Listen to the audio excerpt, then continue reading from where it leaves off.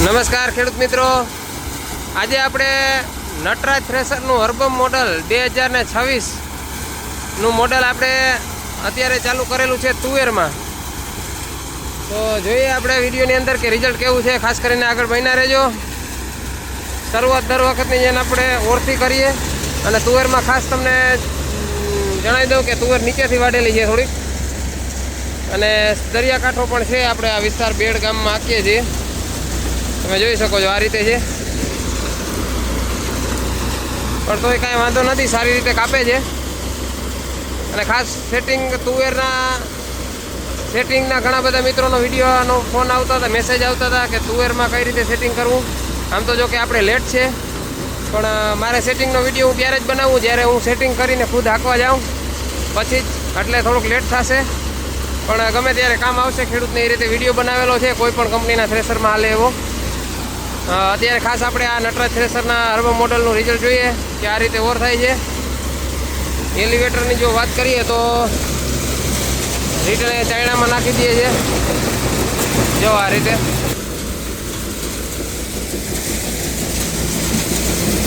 પાછળની જો વાત કરીએ તો કોક સિંગ આવે છે, બાકી હેવી ડાખરું હોય નિકોરી આવે છે.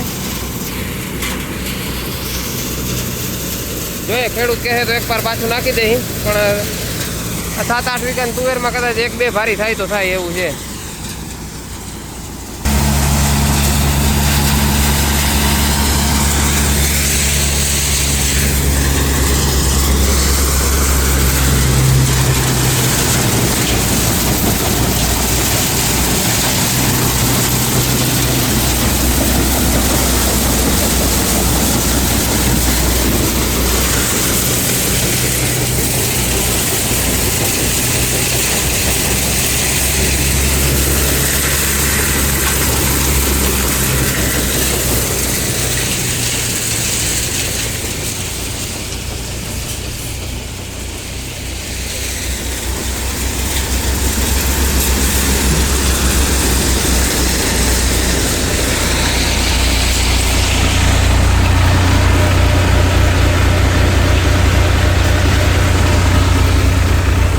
કરીને આ વર્ષે થ્રેસરમાં ઘણા બધા સુધારા કરેલા છે.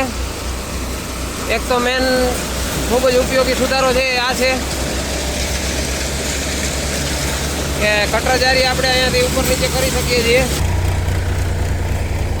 અને હજી પણ ઘણા બધા ફેરફાર છે આમાં કરેલા. તો આ રીતે હતો નટરાજ થ્રેસરનું 2026 માટેનું હર્બમ મોડલનું તુવેરમાં રિઝલ્ટ. હવે આ મોડલના અને અન્ય આપણા બધા થ્રેસરોના અગાઉ પણ આપણા વિડીયો હવે આવતા રહેશે અલગ અલગ પાકમાં. આપણી સાથે જોડાયેલા રહેજો. ફરી પાછા મળીશું આવા જ એક નવા વિડીયો સાથે. અને નટરાજ થ્રેસરના કંપનીના નંબર પણ ડિસ્પ્લે કરું છું.